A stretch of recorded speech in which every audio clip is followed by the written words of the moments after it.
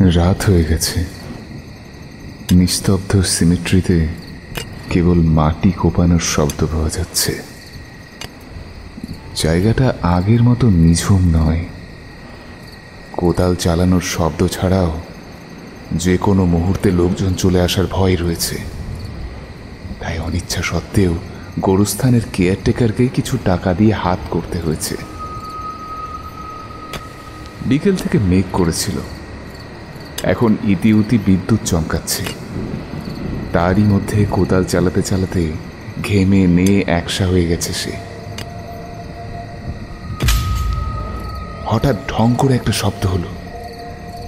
কোদালের লোহার অংশ গিয়ে ধাক্কা লেগেছে কফিনের গায়ে লাগানো মোটা কোনো ধাতব পাতে। এত পরিশ্রমের পর অবশেষে কফিন দেখা গিয়েছে।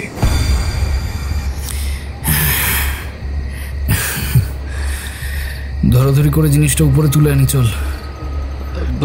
কেয়ারটেকার লোকটা কাউকে কিছু বলে দেবে না তোরে? আরে চিন্তা করিস না, ও বলে দিলে নিজেও ফাঁসবে। ধরা পড়লে কিন্তু কেলেঙ্কারি হবে বলে দিলাম। তোর আমার দুজনেরই কেরিয়ার শেষ হয়ে যাবে কিন্তু। ওসব পরে ভাবা যাবে, আগে এই কাজটা শেষ কর।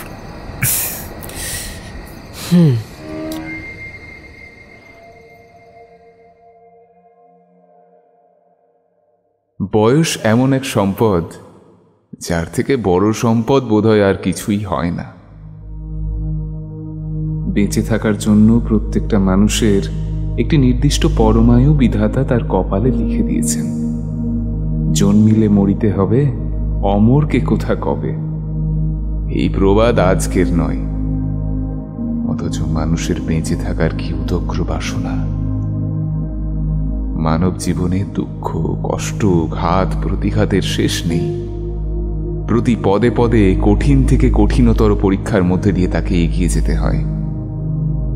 জীবনের প্রতিটি ধাপে একবার করে হোঁচট খেতে হয়। শারীরিক শ্রম ও মানসিক আঘাতে জর্জরিত হতে হয়। তবুও মানুষ বেঁচে থাকতে চায়। ধুঁকতে ধুঁকতে হাসপাতালের বিছানায় মিশে গিয়েও এই সবুজ পৃথিবীর বুকে আরো কয়েকটি মুহূর্ত কাটানোর জন্য মুমূর্ষু রোগীটিও ছটফট করে। অথচ জন্মানোর পর থেকেই একটু একটু করে বয়স বাড়তে থাকে। মানুষ ধীরে ধীরে এগিয়ে চলে মৃত্যুর দিকে। সেটাই একমাত্র সত্য, সেটাই জীবনের সার, বাকি সব মিথ্যে। বয়স যত বাড়তে থাকে ততই চামড়া কুঁচকায়, লাবণ্য হারায়, আয়ু রেখা কমে যায়। প্রতিটি মানুষ প্রত্যেক দিন একটু একটু করে এগিয়ে চলে পরিণতির দিকে। কিন্তু হঠাৎ যদি দেখা যায় বয়স আর বাড়ল না, যদি দেখা যায় চির যৌবনের চাবিকাঠি কারোর হাতের মুঠোয় চলে এলো, যদি হঠাৎ করে কেউ অনন্তকাল যুবক বা যুবতী হয়ে থাকার বর পেয়ে গেল, তবে কেমন হবে? আমাদের আজকের গল্প এমনই এক উন্মাদ বৈজ্ঞানিককে নিয়ে, যিনি অনন্ত যৌবনের চাবিকাঠি হস্তগত করেছিলেন। মৃত্যুর অবধারিত হুমকি পাশ কাটানোর রাস্তা খুঁজে বার করেছিলেন। কিন্তু শেষ পর্যন্ত কি তিনি পারলেন মৃত্যুকে আটকাতে? তিনি কি পারলেন বয়সের বারবারন্ত থামিয়ে দিতে? তিনি কি পারলেন চিরযুবক হয়ে থাকতে? নাকি কোনো ভয়ঙ্কর নিয়তি তার এই বিভৎস অভিসন্ধিকে পরাস্ত করার জন্য দাঁত নখ বার করে এলো?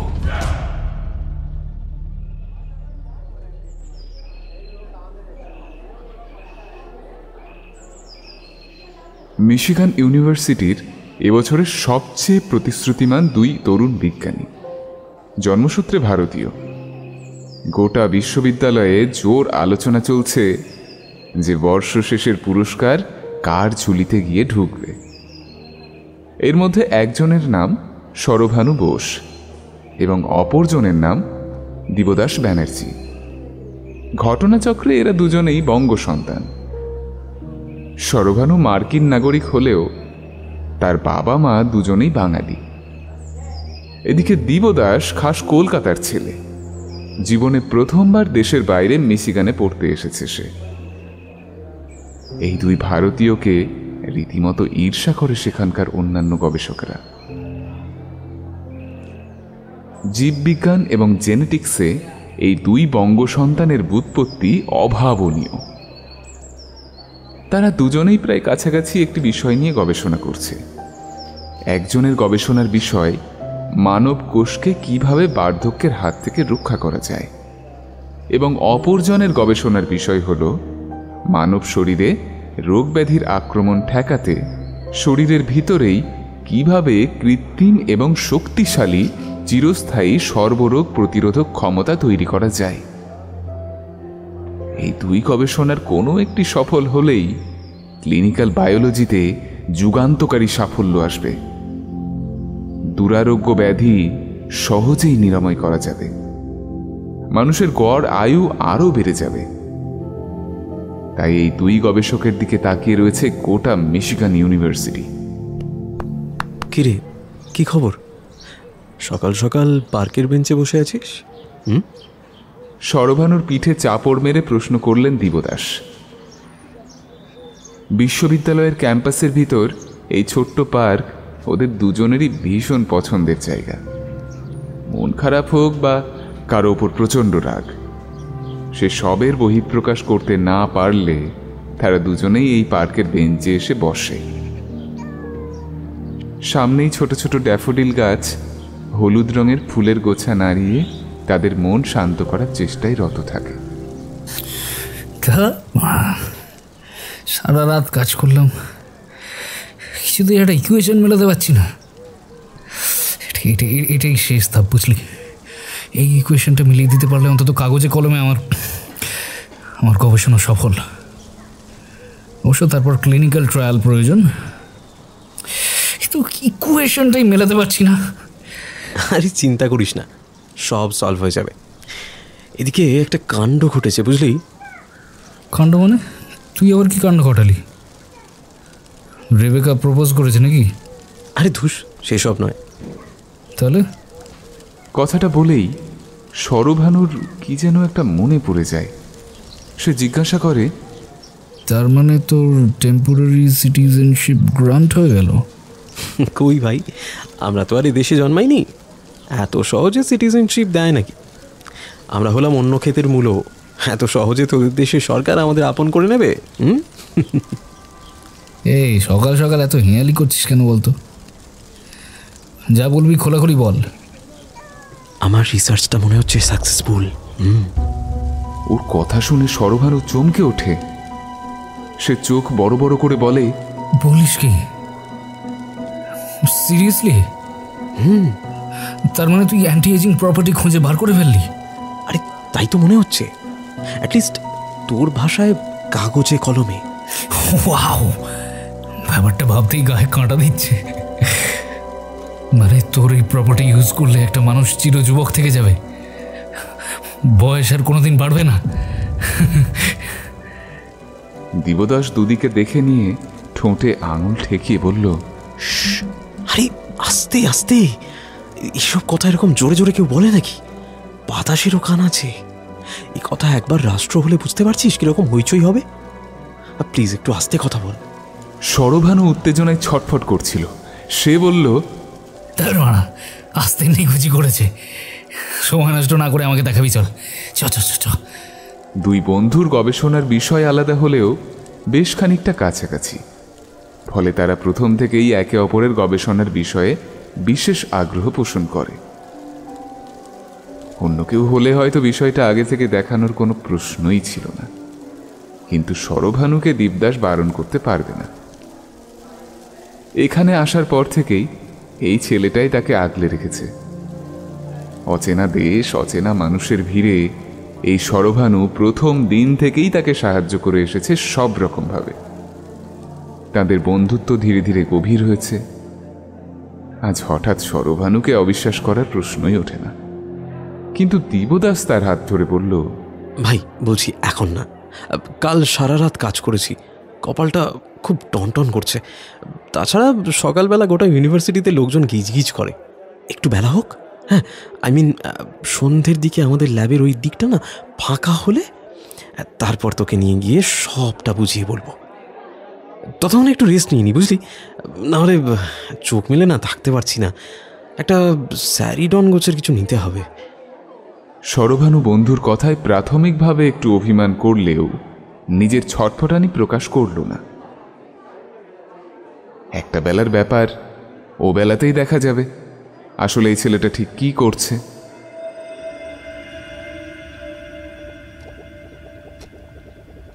সব কাজকর্ম মিটিয়ে দিবদাস যখন ল্যাবে এলো তখন রাত প্রায় 8টা। সরভানু উত্তেজনার চোটে বেশ খানিকটা আগেই এসে পড়েছিল। ওকে করিডর দিয়ে আসতে দেখে সে ছুটে গিয়ে বলল, এই তোর আসার সময় হলো, কখন থেকে বসে আছি। কেন? আরে আমি তো তোকে 8টার সময় আসতে বলেছিলাম। দেখ, এতদিন রিসার্চের কাজটা নিয়ে এতটাই ব্যস্ত ছিলাম যে অন্য কোনো দিকে আর মন দিতে পারিনি। গুচ্ছের জামা কাপড় নোংরা হয়ে পড়েছিল, সেগুলোকে লন্ড্রিতে পাঠিয়ে ঘরদোর পরিষ্কার করে আরও কিছু ওই টুকটাক কাজ সেরে আসতে একটু দেরি হবেই ভাই। তবে তুই যেভাবে উত্তেজিত হয়ে আছিস তা দেখে আমার নিজেরই বেশ ভালো লাগছে। যতক্ষণ না জিনিসটা সফল হচ্ছে ততক্ষণ কাউকে বলতে না পারলে না পেটের ভেতরটা গুড় করতো। তোকে সবটা বলতে পেরে খানিকটা শান্ত হওয়া যাবে। তাছাড়া আমি ছাড়াও আমার চেনা আরেকজন এই বিষয়টা নিয়ে যে এতটা উত্তেজিত, সেটা থেকে মনটা ভালো হয়ে যাচ্ছে আর কি। উত্তেজিত হব না? তুই যে আবিষ্কার করেছিস সেটা কি ছেলে খেলা নাকি রে? কত বড় বড় কোম্পানি রিসার্চ করে চলেছে বলতো, কত কোটি কোটি টাকার প্রজেক্ট। সবই জানিস, তাও এত শান্ত আছিস কি করে সেটাই বুঝতে পারছি না। চির যৌবন ভাই, চির যৌবন। ছেলের হাতের মোয়া নাকি? অবশ্য তুই যদি কাজটা ঠিকঠাক করে থাকিস তাহলে সেটা ছেলের হাতের মোয়াই হবে এরপর থেকে। নে নে, হাতেরই করিস না। এবার বল দেখি ব্যাপারটা, দেখা দেখি। দিবদাস একটা সবুজ রঙের তরল পদার্থ ভর্তি টেস্ট টিউব বন্ধুর হাতে দিয়ে বলল, আপাতত জিনিসটার নাম রেখেছি সিরাম জেড। এই তরলে মানব শরীরের একটি বিশেষ গ্রন্থি মিনিট খানেক চুবিয়ে রেখে সেটা যদি একজন অপেক্ষাকৃত বয়স্ক মানুষের শরীরের গ্রন্থির সাথে বদলে দেওয়া যায়, তবে সেই বয়স্ক মানুষটির কোষ, কলা, তন্ত্র সবকিছুরই বার্ধক্য রোধ করে দেবে। বন্ধুর কথা শুনতে শুনতে সরভানুর চোখ দুটো বিস্ফারিত হয়ে গেছিল। সে হাতে ধরে থাকা টেস্ট টিউবের সবুজ তরলের দিকে তাকিয়ে কিছু একটা বলার চেষ্টা করছিল, কিন্তু উত্তেজনায় তার গলা শুকিয়ে কাঠ হয়ে গেছে। সে কোনো রকমে ঢোক গিলে বলল, কি বলছিস রে? আমি তো বিশ্বাসই করতে পারছি না। কিন্তু সেই গ্রন্থিটা কি? সেটা থাকে মানব মস্তিষ্কের পিছন দিকে। তবে এতে একটা সমস্যা আছে, বুঝলি? খটকা লাগে সরভানুর। সে জিজ্ঞাসা করে, কি সমস্যা? আরে বাবা, এই গ্রন্থি জোগাড় হবে কোথা থেকে? যদি কোনো ডোনার এই গ্রন্থি দেয় তবেই সেটা সম্ভব। এক্ষেত্রেও শর্ত আছে। মৃত্যুর 48 ঘন্টার মধ্যে সেই গ্রন্থি মৃতদেহের মধ্যে থেকে সংগ্রহ করতে হবে এবং প্রতিস্থাপন করতে হবে। তা যদি না হয় তবে গ্রন্থির কর্মক্ষমতা একেবারে ধ্বংস হয়ে যাবে। সেসব দেখা যাবে, কিন্তু ক্লিনিক্যাল ট্রায়ালের ব্যাপারে কিছু ভেবেছিস? আরে তার আগে তো অনেক ফাইল পাস করানোর ব্যাপার আছে। এত বড় একটা রিস্ক সবাইকে নিতে রাজি হবে? বন্ধুর হাত থেকে সিরাম জেডের তরলটা নামিয়ে রাখে দিবদাস।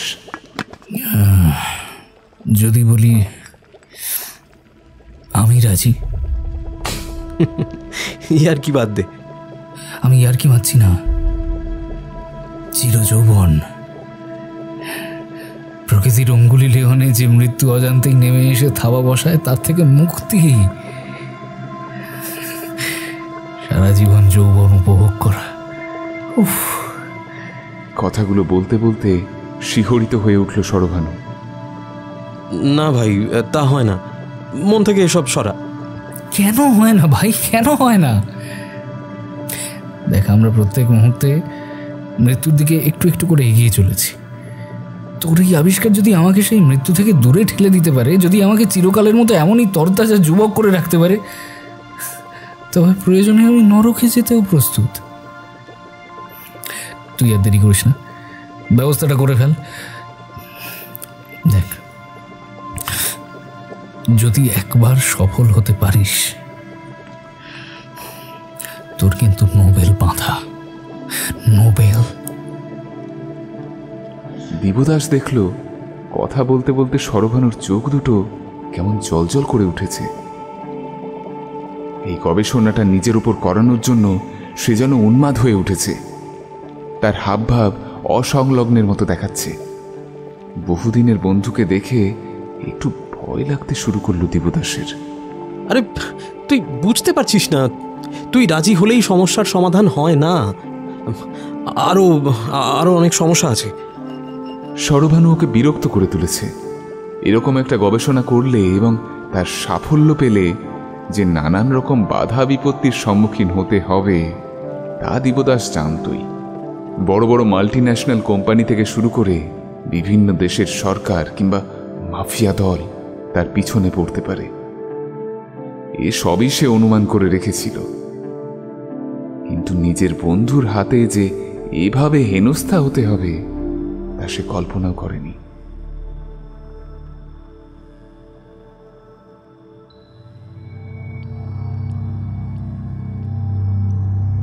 সেদিন সন্ধ্যায় গোটা বিষয়টা সরভানুকে বলার পর থেকে সে যেন ক্ষেপে উঠেছে। ওর জ্বালায় গতকাল সারা দিন দিবদাসকে নিজের মোবাইল সুইচ অফ করে রাখতে হয়েছিল। আজ সে নিজেই হাজির হয়েছে ওর অ্যাপার্টমেন্টে। সমস্যা তো থাকবেই, সমস্যা তো থাকবেই। এত বড় একটা আবিষ্কার, সেটাকে সফল করতে গেলে ক্লিনিক্যাল ট্রায়াল প্রয়োজন। আরে আমি তো তোকে বলছি, আমি নিজে রাজি তোর এই ক্লিনিক্যাল ট্রায়ালের জন্য। জানি সমস্যার সম্মুখীন হতে হবে, কিন্তু সমস্যাটা কি সেটা যদি না বলিস তাহলে সেখান থেকে বেরোনোর পথ তোকে কি করে বলবো? আচ্ছা, তোকে বললেই কি তুই সমাধান করে ফেলবি? আমরা একসাথে সবকিছু সমাধান করব। আরে বলে তো দেখ, দুজনে মিলে চেষ্টা করলে নিশ্চয়ই কিছু পথ বেরোবে। বেশ, তাহলে বল, এই গ্রন্থি জোগাড় করবো কোথা থেকে? যতক্ষণ না অফিসিয়াল পেপার সাবমিট করছি ততক্ষণ একজন উইলিং ডোনার পাবো কোথা থেকে? আর আমি তো আর পরীক্ষার জন্য পথ চলতি কাউকে তুলে এনে তার মাথা ছিঁড়ে সেই গ্রন্থি বের করে আনতে পারবো না। তুই চিৎকার করিস না। এরকম একটা কথা চিৎকার করে বলে কেউ? তুই তো নিজেই বলছিলিস বাতাসের কান আছে। সরি, আমি চিৎকার করতে চাইনি। দেখ, তুই যে কারণে উদ্বিগ্ন হচ্ছিস তার সমাধান আমার কাছে অলরেডি আছে। বন্ধুর কথা শুনে চোখ বড় বড় করে তাকায় দিবদাস। তার চোখে মুখে বিস্ময়। সে কোনো রকমে জিজ্ঞাসা করে, মানে কে দেবে গ্রন্থি? কেউ দেবে না, আমরা নিয়ে নেব। তোর কি মাথা খারাপ হয়ে গেছে নাকি? হ্যাঁ, কি যাতা বলছিস? নিয়ে নেব মানে কি? রিসার্চ ওয়ার্কের জন্য মানুষ খুন করবো নাকি শেষ পর্যন্ত? ধর বোকা, তাই বললাম। তবে এই কাগজটা দেখ। বলে দৈনিক টাইমস নিউজ পেপারটা ওর দিকে ছুঁড়ে দেয় সরভানু। খবরের কাগজের পাতাগুলো উল্টাতে উল্টাতে দিবদাস জিজ্ঞেস করে, কি দেখব? এই যে অবিচুরির পাতাটা দেখ। অ্যাপার্টমেন্টে স্টাডি টেবিলে বসে একটা পেন দিয়ে টেবিল ঠুকতে ঠুকতে বলল সরভানু। দিবদাস সংবাদপত্রের মাঝের দিকের একটা পাতা খুলল। সেখানেই মৃত ব্যক্তিদের প্রতি শ্রদ্ধা জ্ঞাপনের জন্য তাদের পরিবার পরিজন কিংবা নিকট আত্মীয়রা বিজ্ঞাপন দেন। সেটা দেখতে দেখতেই হঠাৎ একটা ছবিতে চোখ আটকে গেল ওর। আন্দাজ 22 কি 24 বছরের একটা ছেলের ছবি। এদেশীয় সাহেব, টুকটুকে গায়ের রং, চোখের মণি নীল, মাথার চুলগুলো সব লাল এবং ছোট ছোট করে ছাঁটা। ছবির তলায় ছোট ছোট করে লেখা আছে, উইলিয়াম হেনরি অসবর্নের মৃত্যুতে শোকস্তব্ধ গোটা পরিবার। জন্ম 1999, মৃত্যু 2023। এছাড়া আরও কিছু টুকটাক লেখা রয়েছে। সেই কিছু বুঝতে না পেরে বন্ধুর দিকে জিজ্ঞাসা দৃষ্টি হানল। কি বলিস, কেমন হবে ব্যাপারটা? আমি তো কিছুই বুঝতে পারলাম না। একটা ছেলে মারা গেছে কাল সন্ধেবেলায়, তার সাথে আমাদের এই আলোচনার কি সম্পর্ক? তা তো বুঝলি না? তুই কি বলেছিলি, মৃত্যুর 48 ঘন্টার মধ্যে যদি মৃতদেহের গা থেকে ওই গ্রন্থি খুলে নেওয়া যায় তাহলে সেটা ব্যবহার করা সম্ভব। কি বলেছিলিস তো? তা বলেছিলাম। তাতে কি? তাতে এটাই যে আমরা যদি এই ছেলেটার গ্রন্থি সংগ্রহ করি। আরে বাবা, ছেলেটার দেহ তো সমাধিস্থ হয়ে গেছে এতক্ষণে। তা তো হয়ে গেছে। তার মানে তুই বলতে চাইছিস আমরা এই মৃত ছেলেটির বাড়ির লোককে গিয়ে কনভিন্স করাবো এবং তার দেহ তুলে? না না না না, এ অসম্ভব, অসম্ভব। আমাদের গবেষণার জন্য কেউ তাদের ছেলের মৃতদেহ কবর থেকে তুলতে অনুমতি দেবে? এটা মোটেও কাজের কথা নয়। মাথা নাড়তে নাড়তে কাগজটা ফিরিয়ে দিল দেবদাস। খবরের কাগজটা ফেরত নিয়ে সরভানু বলল, ছেলেটার পরিবার আমাদের অনুমতি দেবে না ঠিকই, কিন্তু সারা পৃথিবীতে যত কাজ হচ্ছে সব কি সবার অনুমতি সাপেক্ষে হচ্ছে? বিজ্ঞান সাধনার এমন মহৎ একটা প্রচেষ্টা, তার জন্য আমরা এটুকু কাজ করব না, মানে অনুমতি ছাড়া? মানে আমরা কাউকে না জানিয়ে ছেলেটার মৃতদেহ কফিন থেকে বের করব, তারপর তার দেহ কেটে সেই গ্রন্থি খুলে নেব? তুই বুঝতে পারছিস না এটা অনৈতিক। অনৈতিক? তুই নৈতিকতা দেখাচ্ছিস? পৃথিবীতে যত বড় বড় কাজ হয়েছে তার পিছনে কোনো না কোনো অনৈতিক কাজ অবশ্যই রয়েছে। স্বাধীনতা সংগ্রামীরা যত ব্রিটিশ মেরেছে তারা সবাই কি দোষী? অন্যভাবে দেখতে গেলে সেটা তো খুন, কিন্তু দেশের প্রয়োজনে তারা সেটাই করেছে। আজ পর্যন্ত যত আগ্নেয়াস্ত্র তৈরি হয়েছে সবই কিন্তু বিজ্ঞানের অবদান। এই আগ্নেয়াস্ত্র আবিষ্কারকরা কেউই কিন্তু সন্ত্রাসবাদী বা জঙ্গি নয়, তারা সাধারণ মানুষের কল্যাণার্থে এমন এক যন্ত্র আবিষ্কার করেছে যা দিয়ে মানুষকেই নিকেশ করে ফেলা যায়। সেটাও তো অনৈতিক কাজ। তেমনি আজ যদি আমরা এই ছেলেটার মৃতদেহ কাউকে কিছু না জানিয়ে তুলে আনি, তার থেকে ওই গ্রন্থি বের করে নিই এবং তারপরে সেই মৃতদেহ আবার কবরে নামিয়ে দিই, তাহলে কাজটা আপাত দৃষ্টিতে অনৈতিক হলেও বিজ্ঞান সাধনার জন্য তা কতটা কার্যকরী সেটা ভাবতে পারছিস নিশ্চয়ই। বিজ্ঞানের জন্য, মানব কল্যাণের জন্য এটুকু অনৈতিক কাজ আমরা করতে পারি না? এক টানা অনেকগুলো কথা বলে জলের বোতলের দিকে হাত বাড়ায় সরভানু। বন্ধুর যুক্তির বিরুদ্ধে কি জবাব দেবে তা বুঝতে পারে না দেবদাস। তার রিসার্চের জন্য যে কারণেই হোক বিরাট একটা সুযোগ নিয়ে এসেছে সরভানু। কাউকে কিছু না জানিয়ে যদি এর ক্লিনিক্যাল ট্রায়াল করে ফেলা যায় তাহলে পরে যা শাস্তি হবে হবে, কিন্তু আপাতত সে নিশ্চিত হয়ে যাবে যে তার গবেষণা সফল হলো কি না। ওদিকে যদি নিয়মমাফিক প্রজেক্ট জমা দিয়ে সেই প্রজেক্ট অ্যাপ্রুভালের অপেক্ষা করতে হয় তাহলে একদিকে সেটা সময় সাপেক্ষ এবং অন্যদিকে সেই প্রজেক্ট যদি রিজেক্ট হয় তাহলে এতদিনের পরিশ্রম মাটি হবে। তখন আর লুকিয়ে চুরিয়ে এই কাজ করা যাবে না। সকলের নজর থাকবে তার উপর। সামান্য বেআইনি কাজও ধরা পড়ে যাবার সম্ভাবনা তৈরি হবে। প্রচণ্ড অস্বস্তিতে মনে মনে ছটফট করতে থাকে দেবদাস। বন্ধুর এই মানসিক টানাপোড়েন বেশ বুঝতে পারে সরভানু। সে বলে, আচ্ছা ঠিক আছে, তোর যখন এত ভয় তখন তোকে কিছুই করতে হবে না। দেখ এদিকে দেখ, তুই শুধু আমার সাথে সাউথ পার্ক সিমেট্রিতে যেতে পারবি তো? তোকে সেটাও যেতে বলতাম না, কিন্তু একা মাটি খুঁড়ে অত বড় কফিনটা তোলা মুখের কথা নয়। সেক্ষেত্রে আমি অন্য কারো সাহায্য নেব, কিন্তু ন্যাচারালি অন্য কাউকে বিষয়টা জানানো, বিশেষত আমাদের যখন এত গোপনীয়তা। এবার আর আপত্তি করে না দীপদাস। কোনো রকমে ঘাড় নেড়ে সম্মতি জানায় সে। ঠিক হয়, সেদিন রাতেই সাউথ পার্ক সেমেট্রি যখন মোটামুটি খালি হয়ে যাবে, তখন সেখান থেকে উইলিয়াম হেনরির মৃতদেহ তুলে আনা হবে। তবে সমস্যার এখানেই শেষ নয়। ইউনিভার্সিটি ল্যাব কিংবা ওদের দুজনের কারো অ্যাপার্টমেন্টে সেই মৃতদেহ নিয়ে এলে লোক জানাজানি হয়ে যাওয়ার ভয় থাকবে। এত এই 3 জায়গা ছাড়া অন্য একটা নতুন জায়গার সন্ধান করতে হবে, আর সেখানেই সংঘটিত হবে এই আশ্চর্য গবেষণা।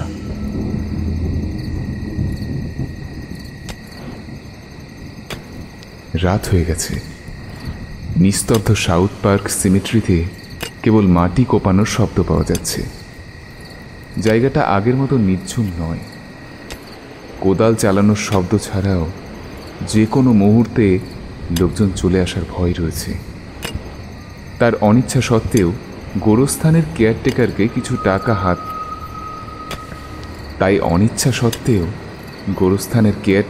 কিছু টাকা দিয়ে হাত করতে হয়েছে। বিকেল থেকেই মেঘ করেছিল। এখন ইতিউতি বিদ্যুৎ চমকাচ্ছে। তার মধ্যে কোদাল চালাতে চালাতে ঘেমে নিয়ে একসা হয়ে গেছে সরভানু।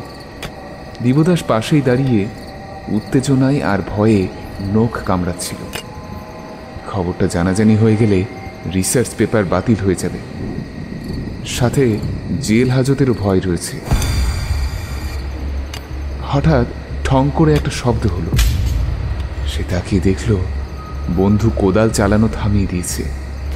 কোদালের লোহার অংশ গিয়ে ধাক্কা লেগেছে কফিনের গায়ে লাগানো কোনো ধাতব পাতে। এত পরিশ্রমের পর অবশেষে কফিন দেখা দিয়েছে।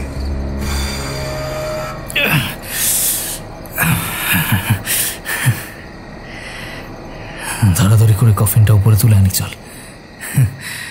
দীপদাস কফিন তুলতে তুলতে বুঝতে পারে উত্তেজনায় তার হাত ঠকঠক করে কাঁপছে। সে জিজ্ঞেস করে, কেয়ারটেকার লোকটা কাউকে কিছু বলে দেবে না তোরে? হ্যাঁ, চিন্তা করিস না, বলে দিলে নিজেও ফাঁসবে।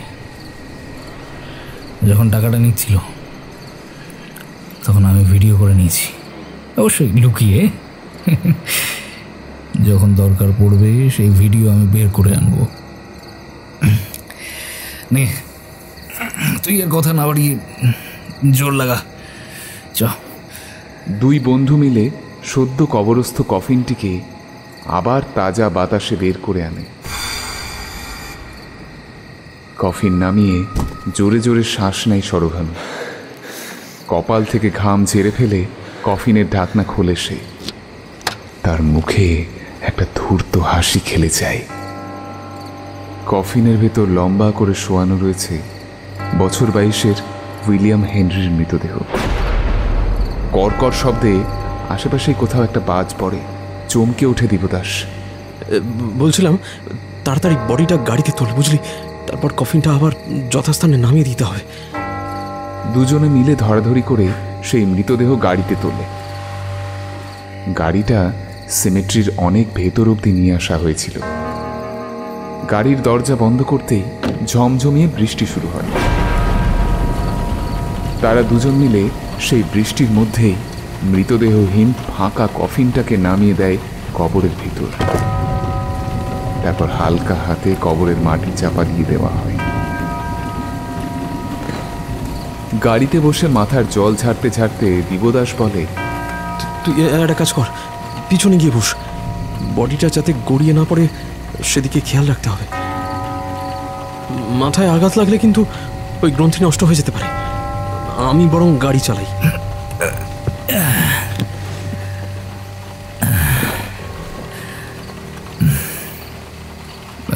না, বরং উল্টোটা কর। আমি গাড়ি চালাই আর তুই মৃতদেহ ধরে বস। তোর যা হাত কাঁপছে তাতে তুই গাড়ি চালালে আমরাই মৃতদেহ হয়ে যাব। এত খাটাখাটনি মাটি হবে তাহলে। চালকের আসনে বসে গাড়ি স্টার্ট দেয় সে। পিছনের সিটে উইলিয়াম হেনরির শীতল শক্ত মরদেহের মাথা কোলে নিয়ে বসে থাকে দীপদাস। মৃতদেহের গা দিয়ে এখনো ফুলের সুবাস বেরোচ্ছে। কবরস্থ করার সময় সেই মৃতদেহে যে গোলাপ জল ও আতর ছড়ানো হয়েছিল, এসব তারই গন্ধ। মুষলধারে বৃষ্টির মধ্য দিয়ে রাতের অন্ধকার ছিন্ন করে গাড়ির হেডলাইট এগিয়ে চলল শহরের বাইরে ওদের নতুন আস্তানার দিকে। আজ রাতে বিশেষ গবেষণার জন্য এই আস্তানা জোগাড় করেছে সরভানু।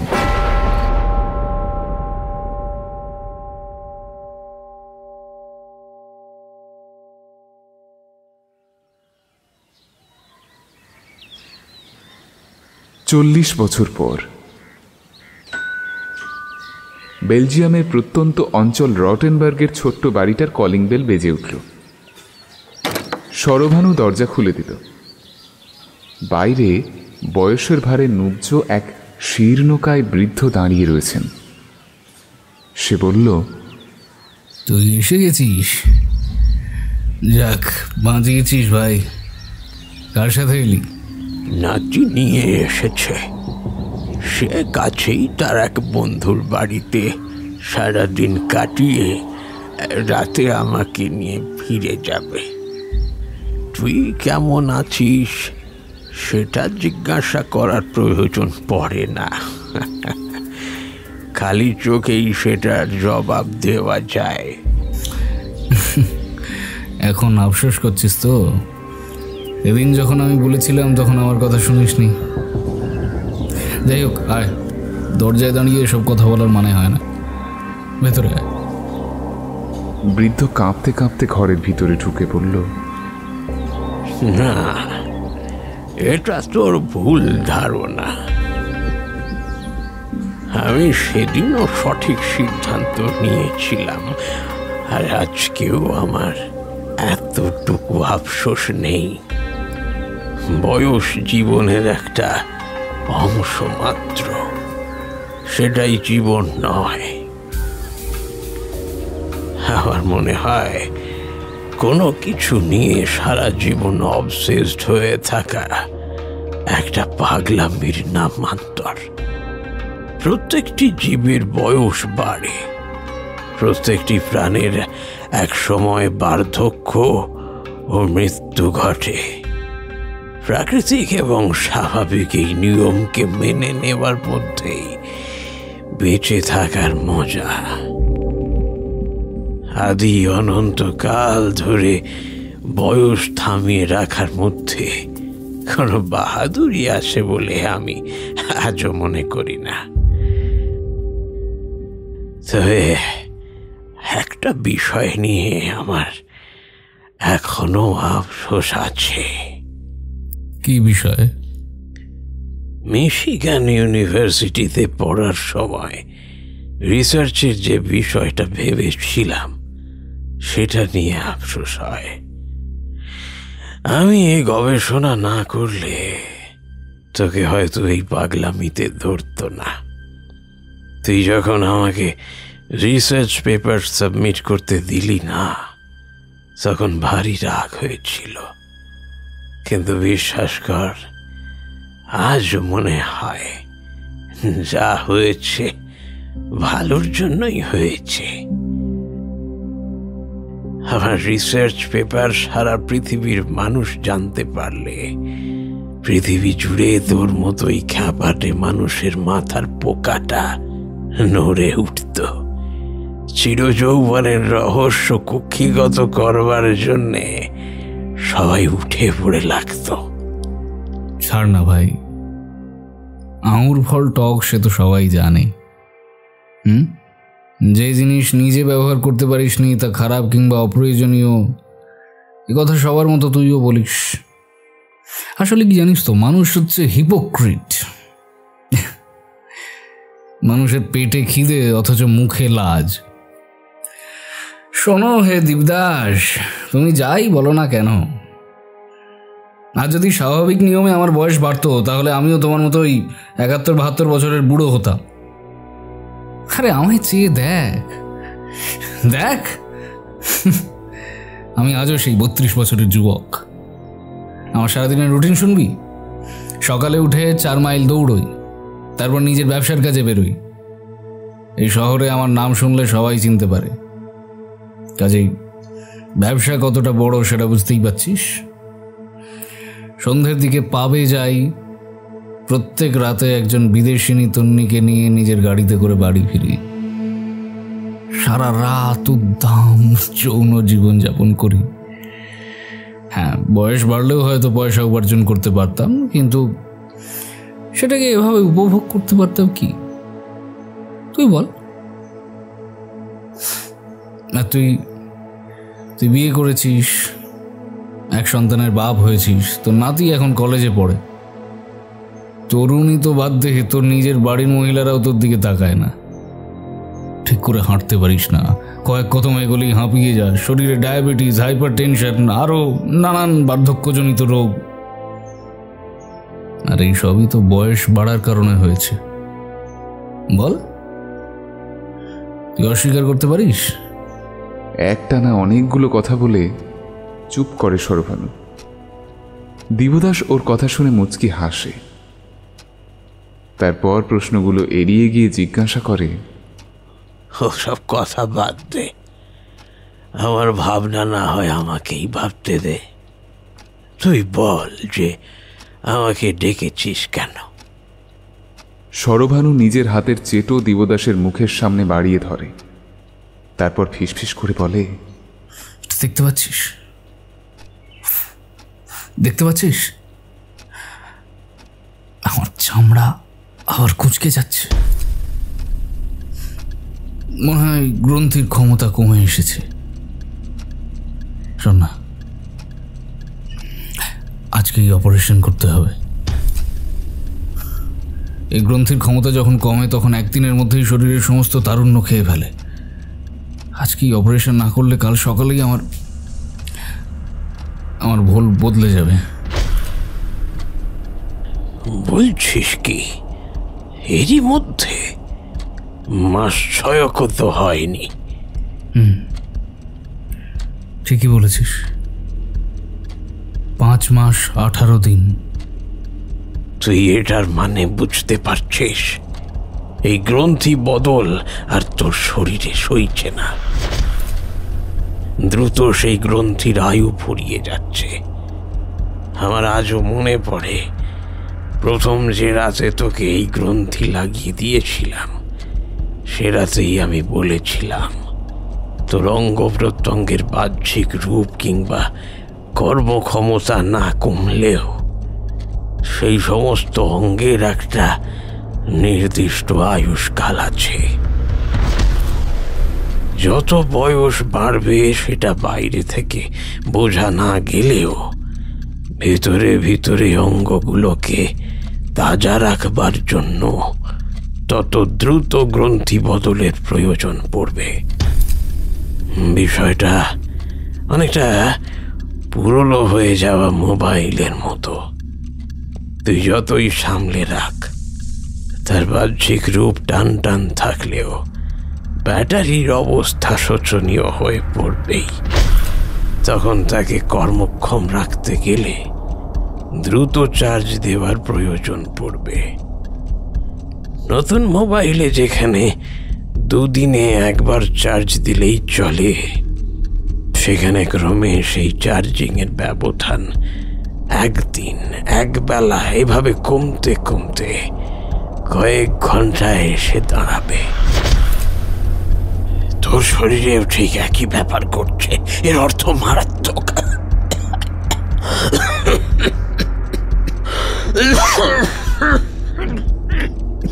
দিবদাসের বয়স হয়েছে, একটানা উত্তেজিত অবস্থায় এতগুলো কথা সে বলতে পারে না। তার কাশি উঠে এলো, কাস্তে কাস্তে নুইয়ে পড়ল শরীরটা। নিজেকে সামলাতে না পেরে সোফার হাতল ধরে বসে পড়ল সে। হ্যাঁ, তুই বলেছিলি, কিন্তু তাতে কি? আমার বয়স তো থমকেই রয়েছে। বল, বারবার চার্জ দিতে হচ্ছে মোবাইলের মতো। এখন মোবাইলের কর্মক্ষমতা যদি বজায় থাকে তাহলে কি তুই সেই মোবাইলকে জোর করে ছুঁড়ে ফেলে দিবি? আমি মানছি গ্রন্থি বদলের পালা দ্রুত করতে হচ্ছে। প্রথমবার সেই গ্রন্থি 10 বছর কাজ করেছিল, দ্বিতীয়বার 7 বছর, তারপর 5, 3 করতে করতে আজ 6 মাসে এসে দাঁড়িয়েছে। কিন্তু আগে যেটা সমস্যা হচ্ছিল আর সেটা তো সমস্যা নয়। আগে মাটি খুঁড়ে কবর থেকে মৃতদেহ তুলে আনতে হতো, কিন্তু আজ পয়সার বিনিময়ে আমি সদ্য মৃত যুবকের গ্রন্থি কিনে নিতে পারি। আমার তো পয়সার অভাব নেই। মৃতের বাড়ির লোকেরাই টাকার বিনিময়ে কয়েক ঘন্টার জন্য সেই মৃতদেহের দায়িত্ব আমার হাতে তুলে দেয়। তার মধ্যেই আমি যা করার করে নিতে পারি। দেখ, তোকেও আমার ডাকার প্রয়োজন পড়তো না, কিন্তু ব্যাপারটা অন্য কোনো ডাক্তারের মাধ্যমে করলে জানাজানি হয়ে যাওয়ার ভয় আছে। তাই এত বছর ধরে পালিয়ে বেড়াচ্ছি, এদেশ ওদেশ করে দৌড়ো মরছি। কোথাও এক জায়গায় থাকলে বেশি দিন লোকজনের মনে সন্দেহ হয়। এ শালা মানুষ না হিংসুটে, ভাবে বোধহয় আমি জাদু জানি। আমার বয়স কেন বাড়ছে না তা নিয়ে সকলের নানান প্রশ্ন। তখনই ঠিকানা বদলাতে হয়। গত 40 বছরে অন্তত 4টে দেশ ঘুরে ফেলেছি। তবে এবার ঠিক করেছি বেলজিয়াম ছেড়ে পাকাপাকিভাবে ভারতে গিয়ে থাকবো। ভারতে একবার পৌঁছতে পারলেই শালা আমার সমস্যা অর্ধেক হয়ে যাবে। গরিব দেশ, টাকার বিনিময়ে মৃতদেহ কেন, চাইলে জীবন্ত মানুষও জোগাড় করা যায় সেখানে। খালি এবার তুই ঝামেলাটা মিটিয়ে দে ভাই। তুই বুঝতে পারছিস না, এর পরের বার 1 মাস মধ্যেই তোকে গ্রন্থি বদল করতে হবে। সে তো আমার চিন্তা, তুই এটা নিয়ে ঘাবড়াচ্ছিস কেন? না সরভানু না, আমার বয়স হয়েছে। এখন আমি তোর শরীর নিয়ে কাটা ছেঁড়া করতে পারবো না। আমার অল্পেতেই হাত কাঁপে। তুই শুধু বল করবি কিনা। আরে তুই এতবার কাজটা করেছিস, সে কাজটা আরেকবার করতে পারবি না? প্লিজ প্লিজ আমার কথাটা শোন, এবারটা করে দে। আমি কথা দিচ্ছি তোকে আর কোনোদিন এই নিয়ে জ্বালাবো না আমি। তুই তোর মতো থাকবি, আর আর কখনো না। এবারটা প্লিজ। তেমন হলে একজন ডাক্তারকে আমি মোটা মাইনে দিয়ে এরপর থেকে পুষবো। এবারটা করে দে ভাই, না করিস না। হ্যাঁ, তোর হাত ধরছি, পা ধরবো, বল করে দে না। দিবদাসের হাত দুটো চেপে ধরে সরভানু। না না না না, পৃথিবীর নিয়ম লঙ্ঘন করে বারবার মৃত মানুষের দেহ অকারণে কাটাছেঁড়া করে, বেআইনি পদ্ধতিতে বৈজ্ঞানিক গবেষণা করে ইতিমধ্যেই আমি অনেক পাপ করেছি, আর আমি এই পাপ করতে রাজি নই। বাজে বালের কথা বলিস না তো। পাপ? তুই আসলে আমায় হিংসে করিস। আমার এই চিরযৌবন তোর চোখের কাঁটা হয়ে উঠেছে, সহ্য করতে পারছিস না তুই। তুই কি ভেবেছিস তোকে দিয়ে ছাড়াই কাজ হবে না? হ্যাঁ, হলে তো ভালোই, অন্তত তোর ভালো, কারণ এই কাজ আর আমি করব না। সালা নেমো খারাম, তুই যখন ভারত থেকে এসেছিলি তোকে কে সাহায্য করেছিল মনে আছে?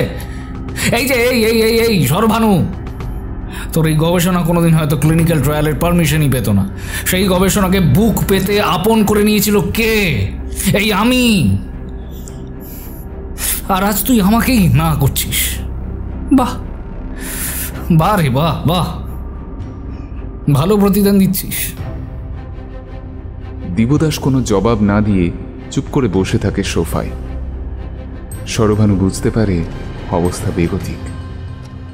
সে বন্ধুকে অনুনয় করে, শোন না, এদিকে দেখ না, মাথা নিচু করে থাকিস না, এদিকে দেখ। সরি,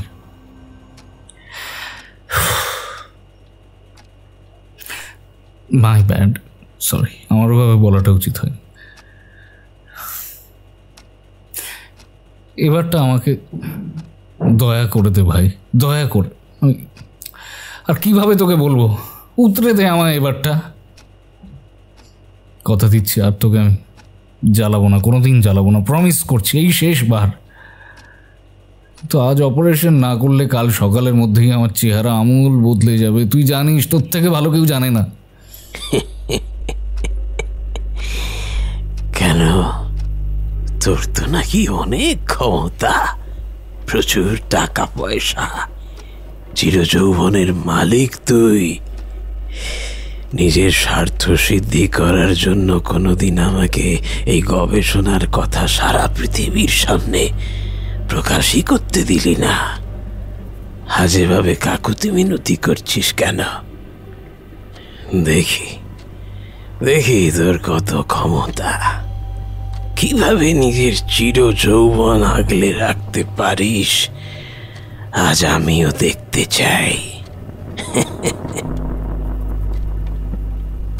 বন্ধুর এই তাচ্ছিল্য সহ্য করতে পারে না শরভানু। তার হাতের কাছে একটা ধাতব বুদ্ধ মূর্তি ছিল। আমার ক্ষমতা তুই দেখেছিস কি? সেটা তুলে নিয়ে বেখেয়ালে ছুঁড়ে মারে সে। ওই ধাতুর মূর্তি ছিটকে গিয়ে লাগে দিবদাসের কপালে। কপাল চেপে ধরে কাঁকিয়ে ওঠে বৃদ্ধ দিবদাস। তারপর কয়েক সেকেন্ডের মধ্যেই তার কপাল ফেটে কালচে তরল রক্ত বেরিয়ে আসে হু হু করে। আর কপাল চেপে ধরেই মাটিতে লুটিয়ে পড়েন বৃদ্ধ। কয়েক সেকেন্ড তার শরীরটা কাটা পাঁঠার মতো ছটফট করে ওঠে। শরভানু চমকে ওঠে। সে ছুটে যায় বন্ধুর কাছে, তাকে খানিকটা নাড়া দিয়ে জিজ্ঞাসা করে, কি রে?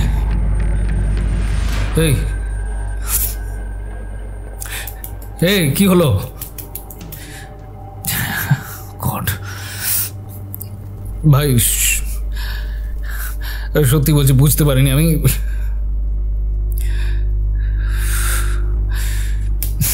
কি রে? ও আরে হঠাৎ করে জিনিসটা তোর মাথায় গিয়ে লেগে গেছে। হে ভাই, আরে দীপদাস, ওই ওঠ,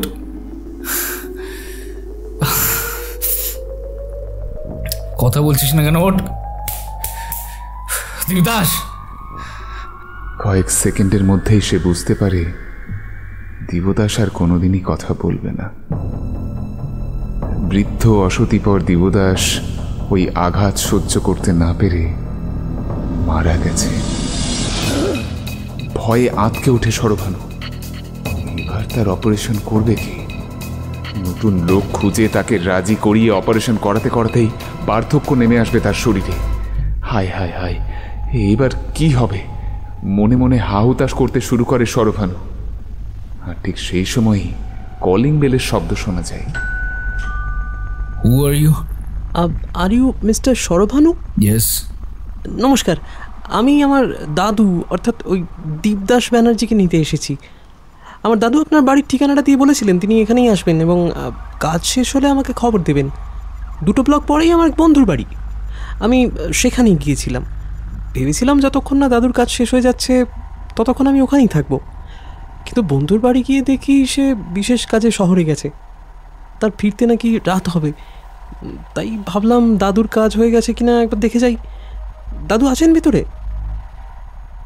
দরজার বাইরে দাঁড়িয়ে থাকা যুবকটি যে দিবদাসের নাতি তা বুঝতে অসুবিধা হলো না শরভানুর। ভিতরের ঘরের মেঝেতে পড়ে থাকা বন্ধুর মৃতদেহ পাশের ঘরে সরিয়ে ফেলেছে সে। তবে রক্তটা মোছার সময় পায়নি মেঝে থেকে।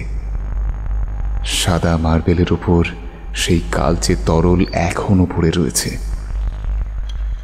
ছেলেটা যদি এসব দেখতে পায় তাহলে তো বিপদ ঘটবে।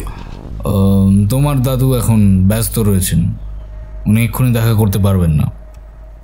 বলছিলাম, আপনি যদি কিছু মনে না করেন তাহলে কি আমি বাড়িতে অপেক্ষা করতে পারি? না না, সেটা তো সম্ভব নয়। তুমি বরং পরে ঘুরে এসো। পরে এসো। বেশ, আমি পরে ঘুরে আসছি তাহলে। এই বলে ছেলেটি পিছন ফিরে কয়েক কদম এগিয়েছে।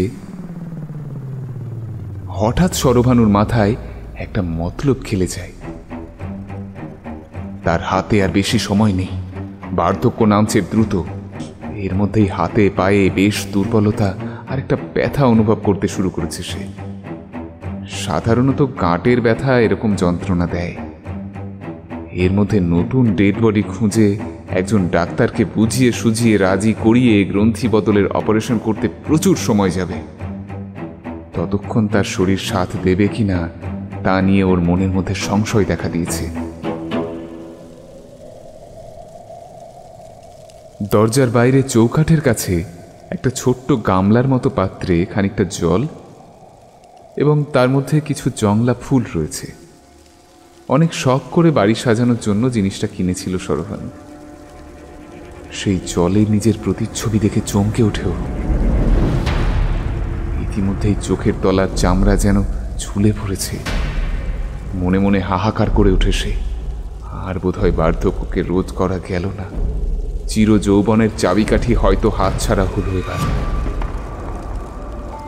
এইসব ভাবতে ভাবতে সে হাঁক দিল, এই যে ছেলে, শোনো। দিবদাসের নাতি ডাক শুনে দাঁড়িয়ে পড়েছে। সে এবার দরজার কাছে এসে জিজ্ঞাসা করল, হ্যাঁ বলুন, কি বলবেন? বলছি, তুমি যখন এসেই পড়েছ ঘরের ভেতরে এসো, আমি তোমার দাদুকে খবর দিচ্ছি। যদি উনি এক ঝলক তোমার সাথে দেখা করে যান তাহলে তো সমস্যা নেই। আসো, ভেতরে আসো। সরভানুর পিছন পিছন ঘরের ভেতর প্রবেশ করে যুবক। এখানেই অপেক্ষা করো, আমি পাশের ঘর থেকে তোমার দাদুকে ডেকে আনছি। আচ্ছা বেশ। জবাব দিয়ে ঘরের দেওয়ালে টাঙানো নানান ডেকোরেটিভ আইটেম ঘুরে ঘুরে দেখতে লাগলো যুবক। সরভানু পাশের ঘরে গিয়ে দেখল সেখানে টেবিলের তলায় টান টান হয়ে পড়ে আছে দিবদাসের মৃতদেহ। প্রাণের স্পন্দন বেশ খানিকক্ষণ আগেই দেহ ছেড়ে চলে গেছে। সে মনে মনে ভাবল, এই সুযোগ, নতুন ডেড বডি খোঁজার থেকে হাতের নাগালে চলে আসা এই যুবকটিকেই ডেড বডি বানিয়ে ফেললে কেমন হয়। হ্যাঁ, দুই ঘরের মাঝের দরজা দিয়ে উঁকি মেরে সে দেখল ছেলেটা নিচু হয়ে কিছু একটা দেখছে। নির্ঘাত মেঝেতে পড়ে থাকা রক্তের কালচে ছোপ ওর নজরে পড়েছে। হাঁটু মুড়ে সোফার পাশে বসলো ছেলেটা। সেই সুযোগে পা টিপে টিপে কাছাকাছি পৌঁছে গেল সরভানু। বুদ্ধ মূর্তিটা টেবিলে তুলে রেখেছিল সে, সেটাকেই সন্তর্পণে হাতে চেপে ধরল। পায়ের শব্দ পেয়ে পিছন ফিরে যুবক। সেই কিছু বলবার আগেই ধাতব বুদ্ধ মূর্তি গিয়ে আছড়ে পড়ল মাথার উপর। কিছু বুঝে ওঠার আগেই কাতরাতে কাতরাতে মৃত্যুর কোলে ঢলে পড়ল দিবদাসের নাতি। একটা স্বস্তির নিঃশ্বাস ফেলল সরভানু। যাক, নাতি দাদুর মৃত্যুর খবর জানার আগে নিজেই মরেছে। লাভের লাভ যেটা হয়েছে তা হলো ডেড বডি খুঁজতে আর দৌড়োদৌড়ি করতে হবে না। এবার আসল কাজ করতে হবে। এই যুবকের মাথা কেটে সেই গ্রন্থি বার করে সিরাম জেডে চুবিয়ে বদল করতে হবে নিজের মাথার ভিতরে থাকা গ্রন্থির সাথে। সবচেয়ে বড় কথা, গোটা বিষয়টাই একা করতে হবে তাকে। এতদিন তার বন্ধু দিবদাস তাকে এই বিষয়ে সাহায্য করত, কিন্তু এখন সমস্তটাই নিজেকে করতে হবে। অবশ্য মাথার ভেতরে গ্রন্থি বদলের বিষয়টা নিজে নিজে করা যাবে না। আরবান হসপিটালে একজন ডাক্তার রয়েছেন। এই ডাক্তার সরভানুর বিশেষ পরিচিত। সে ডাক্তারকে ফোন করে বললেন যে দ্রুত অপারেশনের সামগ্রী নিয়ে তার বাড়িতে চলে আসতে। ডাক্তার জানালেন ঘণ্টা তিনেকের আগে তিনি আসতে পারবেন না। যদিও প্রয়োজনটা কি তা সরভানু বলেননি ডাক্তারকে। ব্যাপারটা আগে থেকে বললে চলবে না। ডাক্তার এখানে আসার পর মোটা অঙ্কের টাকা দিয়ে তারপর তার সামনে আসল ঘটনা প্রকাশ করতে হবে। অবশ্য সে মনে মনে ঠিক করে রেখেছে তার নাতির খুনের খবরটা সে ডাক্তার কেউ জানতে দেবে না। এমনিতেই বিষয়টা রহস্যজনক, তার উপর খুন খারাপের কথা শুনলে ডাক্তার বেঁকে বসতে পারে। তেমন ধান্দাবাজ হলে ব্ল্যাকমেলও করতে পারে। তাই ডাক্তার আসার আগেই যুবকের মাথা কেটে গ্রন্থি বার করে মৃতদেহটা সরিয়ে ফেলতে হবে। উত্তেজনায় সরভানুর কপালের শিরাগুলো দপদপ করছিল। কোনো রকমে যুবকের মৃতদেহর পা ধরে টানতে টানতে পাশের ঘরে নিয়ে গেল। তারপর যেই টেবিলের তলায় দিবদাসের মৃতদেহ পড়েছিল তার উপরেই যুবকের মৃতদেহ তুলে শোয়ালো সরভানু। দেওয়ালের র্যাক থেকে একটা হুইস্কির বোতল টেনে বার করে পাত্রে বেশ খানিকটা মদ ঢালল সে।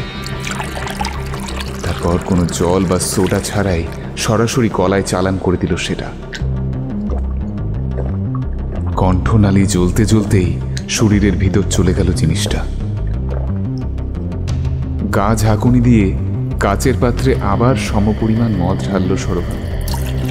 সেটাকেও গলায় ঢেলে দিয়ে অপারেশনের যন্ত্রপাতি নিয়ে তৈরি হলো সে।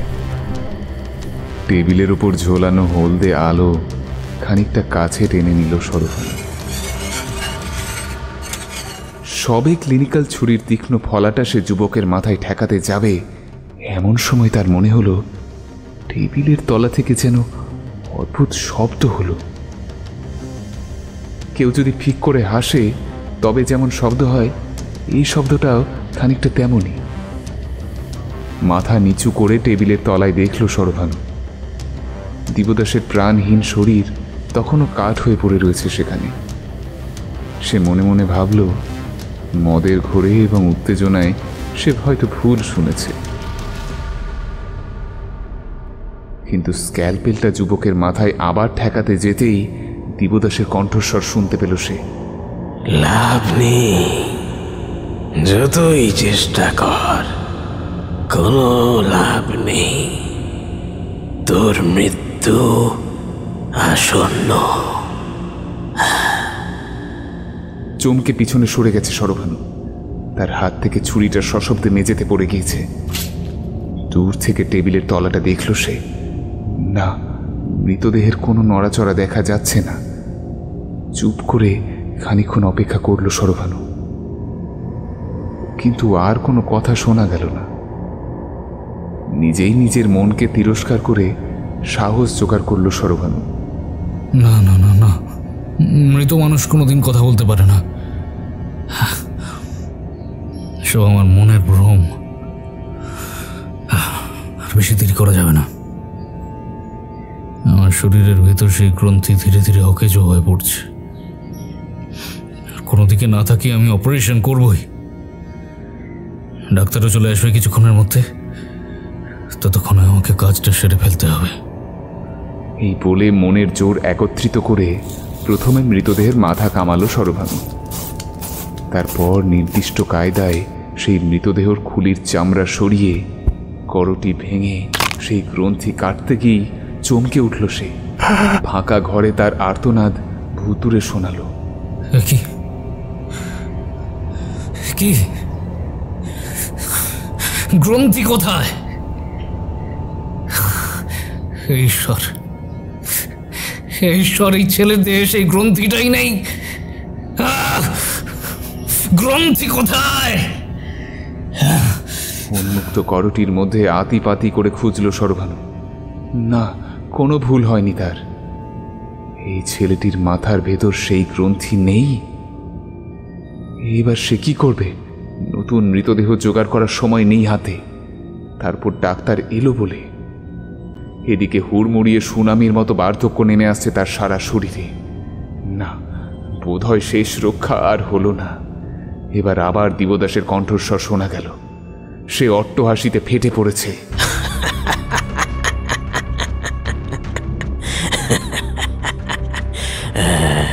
কি বলেছিলাম না শেষ রক্ষা হবে না? মিলল আমার কথা। সরভানু টেবিলের নিচে বন্ধুর নিথর দেহের দিকে তাকাতেই কণ্ঠস্বর বলে উঠল, ওদিকে কি দেখছিস? এই যে এদিকে দেখ। কথাটা বলেই সোজা হয়ে বসল দিবদাসের নাতি।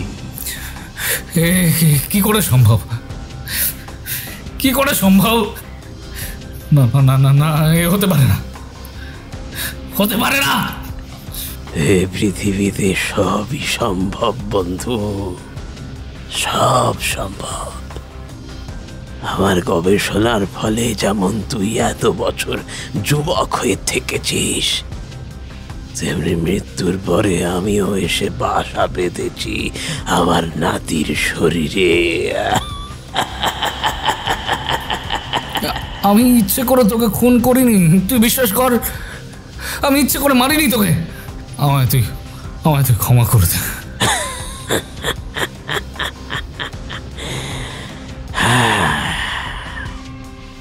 আমি তোকে ক্ষমা করে দিয়েছি ভাই। মৃত্যু নিয়ে আমার কোনো আফসোস নেই। হয়তো এই পৃথিবীর বুকে এইটুকুই আমার আয়ু ছিল।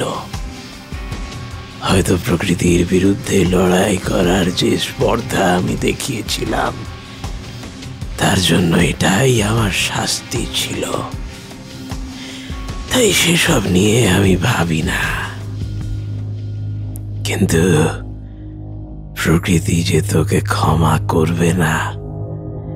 তুই চিরকাল তোর স্বার্থে আমার সাথে যোগাযোগ রেখেছিস, কোনোদিনও জিজ্ঞাসা করিসনি আমার জীবনে কি ঘটছে।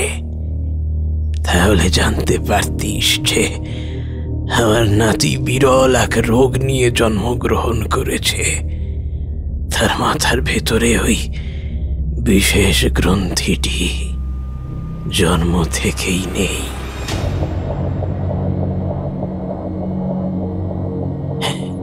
কিন্তু তোর যে আর সময় নেই ভাই।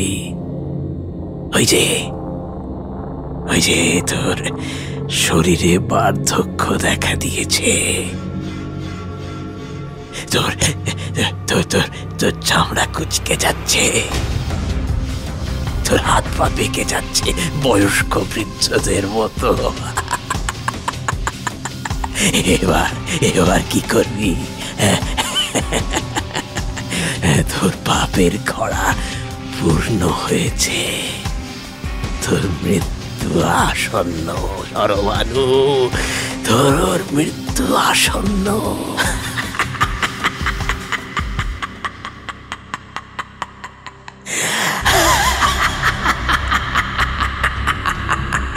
সরভানু বুঝতে পারল যে বড্ড দেরি হয়ে গেছে। তার শরীর ভীষণ দুর্বল লাগছে। নিজের হাতের চেটো দেখে নিজেরই অবাক লাগছিল ওর। সমস্ত চামড়া কুঁচকে অস্থিসার হাত দুটো কঙ্কালের মতো নিজের দিকে এগিয়ে আসছে তার। না না,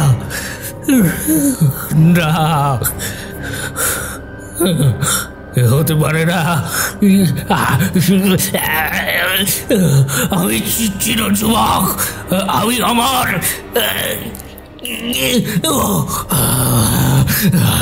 হতে পারে না।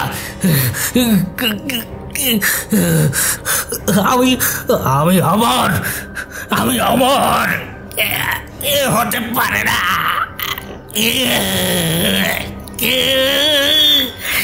হতে পারে না। চিৎকার করতে করতে মেঝেতে লুটিয়ে পড়ল সরভানু। তার ফাঁকা বাড়িতে প্রেতের অট্টহাসি গম গম করতে থাকে।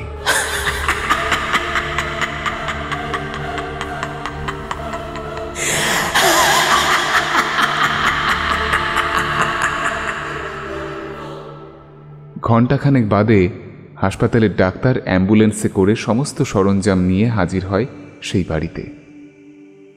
কিন্তু অনেক ডাকাডাকি সত্ত্বেও যখন দরজা খোলা সম্ভব হয় না, তখন সে পুলিশে ফোন করে।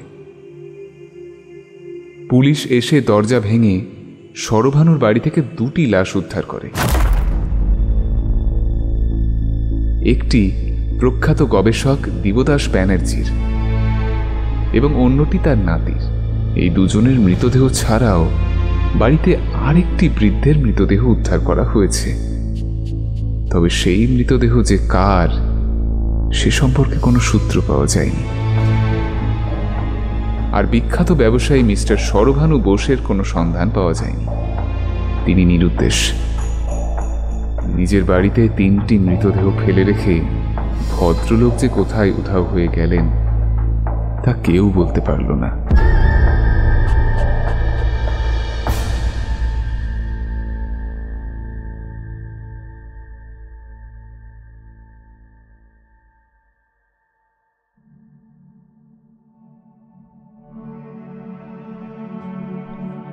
এতক্ষণ আপনারা শুনলেন লেখক অনির্বাণ ভট্টাচার্যের কলমে ষড়রিপু সিরিজের লোভ রিপুর অন্তর্গত গল্প লালসায় ভেজা। ষড়রিপুর আরও 4টি গল্প আমাদের চ্যানেলে আগে থেকেই রয়েছে, তাই চ্যানেল ভিজিট করে প্লেলিস্টে অবশ্যই আপনারা আগের 4টে গল্প শুনতে ভুলবেন না। আজকের গল্প পাঠে ছিলেন অমিত সরকার। গল্পের নাট্য রূপান্তর করেছেন বর্ষা। মুখ্য চরিত্রে কণ্ঠ দিয়েছেন তমাল মুখার্জি ও কৌশিক ব্যানার্জি। আবহ সম্পাদনা সায়ন দত্ত, প্রচ্ছদ অলঙ্করণে সৌমদীপ গুঁই, আর সমগ্র পরিচালনা ও পরিবেশনায় টিম লোককথা। আপনাদের কেমন লাগলো গল্পটা অবশ্যই আমাদের কমেন্ট করে জানাবেন, আর বাদবাকি গল্পগুলোও শুনতে ভুলবেন না। আর আমাদের সাথে জুড়ে থাকতে আমাদের চ্যানেলটিকে সাবস্ক্রাইব করে বেল আইকনটি প্রেস করে দিন। আর শুনতে থাকুন বঙ্গ সাসপেন্স, যেখানে গল্পের আড়ালে থাকে রহস্য, আর রহস্যের আড়ালে থাকে অন্ধকার।